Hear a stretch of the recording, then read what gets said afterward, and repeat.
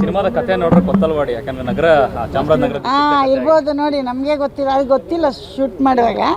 ಆಮೇಲೆ ಅದಾಗಿದೆ, ಆಮೇಲೆ ನೋಡೋಣ ಹೆಂಗೆ ಅಂತ. ಅದು ನಮ್ಗೆ ಎಕ್ಸ್ಪೆಕ್ಟ್ ಮಾಡದೆ ಬಂದಿರೋದು. ಅದು ಏನಾಗಬೇಕು ಅದಾಗಿದೆ. ಅಣ್ಣವರು ನಮ್ಮ ಕನ್ನಡ ಚಿತ್ರರಂಗಕ್ಕೆ ಪ್ರತಿಯೊಂದು ಚಿಕ್ಕ ಆರ್ಟಿಸ್ಟಿಂದ ದೊಡ್ಡವರವರೆಗೂ ಅವರ ಆಶೀರ್ವಾದ ಇದೆ.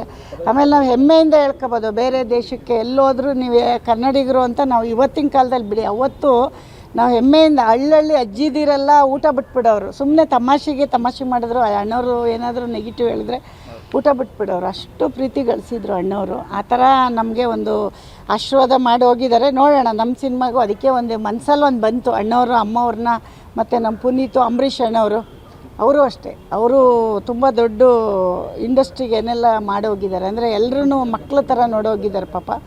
ಮೆಷ್ನು ಭಾಳ ಚೆನ್ನಾಗಿ ಪ್ರೀತಿ ಮಾಡೋರು. ಹಂಗಾಗಿ ಅವ್ರ ಮೇಲೆ ಎಲ್ಲ ಒಂದೇ ಹತ್ರ ಒದಗಿ ಬಂದಿದೆಯಲ್ಲ ನೋಡಿ, ಸಿಕ್ತು, ಪೂಜೆ ಮಾಡಿ ಮಾಡ್ತಾಯಿದ್ದೀವಿ.